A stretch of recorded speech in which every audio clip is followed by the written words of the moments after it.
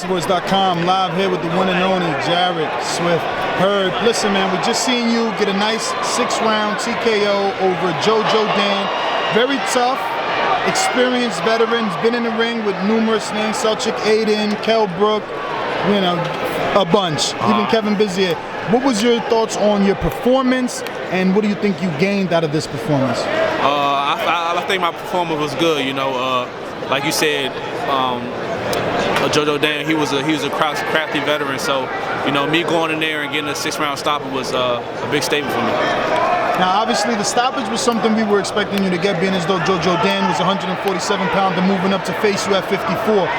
Whose decision was it to get in the ring with JoJo Dan, and what exactly were you to learn or gain in terms of experience or knowledge with a veteran as his in his caliber? I learned a lot, you know. He had little tricks in there. He was holding my arm and hitting me, catching me a little peppering shots, you know. But those are things that I need to experience in order to prepare for, you know, when I do get that world title shot one day. Now, how many more developmental fights is Jarrett gonna need, being as though that, you know, the 154-pound division is stacked. A lot of sharks in there. You got Williams, the Charlos, Canelo. It's just a lot of names. How do you see yourself stacking up with the upper echelon of that division? I think right now I'm on the top competition level. You know, I think I probably need, maybe 1 or 2 more fights, and I should be able to fight for a world title. We've seen a big crowd, a lot of people cheering for you. You obviously sold a lot of tickets here, being from the DMV area, coming to Philly. Is this something we can expect from you, a ticket seller, or is that in your home base?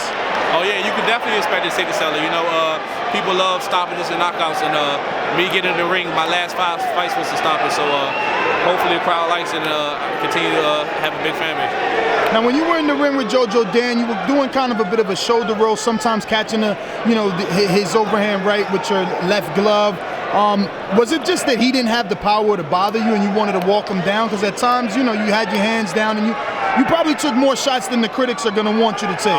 Yeah, it's funny because, you know, I had 2 opponents pull out, and it was right-handed fighters, so, and I had JoJo Dan fill in, and he's a Southpaw, so, you know, coming in, I kind of was doing things like moving to the right, throwing my right hand, rolling to the right, and I had to adjust, so towards the 4th and 5th and 6th round, I started to circle to my left, and I started, you know, having more success. That's great to know. How many weeks before did you have notice for JoJo Dan? We didn't know that. I only had 3-week notice. Oh, 3 weeks to get prepared. 3-week notice. I had sparring with a Southpaw for 2 weeks, so, and then, you know, we're not sparring every day. Only got, probably 3 sparring sessions with one. But, you know, there's no excuses, you know. I'm still happy with my performance, and I think I put on a good show. Well, it's good to know, though, because people will say the same thing I said, like he's a junior, a welterweight. So, you know, now we know why he's a welterweight getting in with 154, short notice fight. He's filled in. When do you want to see yourself back in the ring?